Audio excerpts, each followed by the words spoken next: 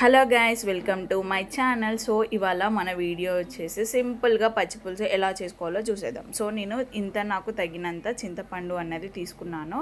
So అది first మనం నీట్గా వాష్ చేసుకోవాలి. ఇప్పుడు వాష్ చేసుకున్నాక మనం చింతపండుని నానబెట్టుకోవాలన్నమాట. అట్లీస్ట్ 5 to 10 minutes నానాలి.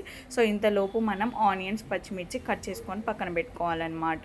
సో ఆనియన్స్, పచ్చిమిర్చి అలానే కొత్తిమీర కూడా పక్కన పెట్టుకున్నాను. సో ఇప్పుడు మన చింతపండు అన్నది రెడీ అయిపోయింది.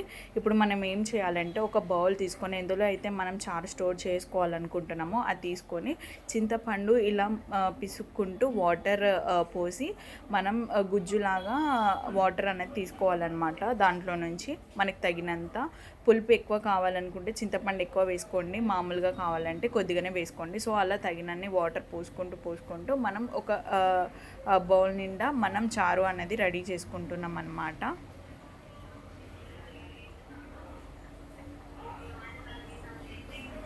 సో అలా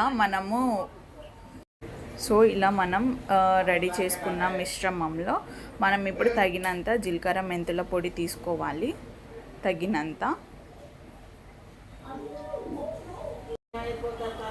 అలానే తగినంత సాల్ట్ వేసుకోవాలి. ఇప్పుడు తగినంత కారం వేసుకోవాలి. అన్నీ దీంట్లోనే సింపుల్గా చేసుకోవచ్చు మనం. నెక్స్ట్ అల్లం వెల్లుల్లి పేస్ట్ వేసుకొని బాగా మిక్స్ చేసుకొని పక్కన పెట్టుకోవాలి. ఇప్పుడు మనం పోపుకి ఒక చిన్న కడాయి తీసుకొని దాంట్లో తగినంత ఆయిల్ వేసుకోవాలి.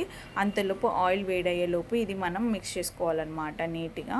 సో ఆయిల్ వేడెక్కాక ఇప్పుడు మనం తగినంత జీలకర్ర వేసుకోవాలి. జీలకర్ర చిటపటలాడాక ఫస్ట్ పచ్చిమిర్చి వేసుకోవాలి. పచ్చిమిర్చి కూడా వేగాక ఇప్పుడు ఆనియన్ వేసుకోవాలన్నమాట. ఆనియన్ కూడా వేసుకొని బాగా మిక్స్ చేసుకోవాలి. ఇది ఎక్కువ ఫ్రై అవ్వాల్సిన అవసరం లేదు, 50% ఫ్రై అవుతే చాలు అన్నమాట. ఇది చారు కాబట్టి కర్రీకి అయితే మనం వేరేలాగా ఫ్రై చేసుకుంటాం. సో ఇప్పుడు అది కూడా ఫ్రై అయ్యాక మనం ఇప్పుడు కొత్తిమీర వేసుకుంటున్నాం. కొత్తిమీర బాగా మిక్స్ చేసేసుకొని ఇప్పుడు మనం ఫైనల్ స్టెప్ పసుపు వేసుకోవాలి. పసుపు వేసుకొని బాగా మిక్స్ చేసుకొని ఇప్పుడు మనం ఏదైతే చారు గుజ్జు తీసేసుకున్నామో అది కొంచెం వేసేసుకున్నాక పోపు అనేది చారులోకి షిఫ్ట్ చేసేస్తే మన తెలంగాణ స్టైల్ సింపుల్ పచ్చి పులుసు అనేది రెడీ అనమాట. దీన్ని చారు అని అంటారు తెలంగాణలో. సో రెడీ, చాలా చాలా టేస్టీగా ఉంటుంది. 5 minutesలో చేసుకోవచ్చు మనం. సో డెఫినెట్గా మీరు ఇది ట్రై చేసి ఎలా వచ్చిందో కంపల్సరీ కామెంట్ చేయండి. అలానే నా వీడియో కనుక నచ్చితే కంపల్సరీ షేర్ చేసుకోండి, లైక్ చేసుకోండి, సబ్స్క్రైబ్ కూడా చేసుకోండి. Thank you.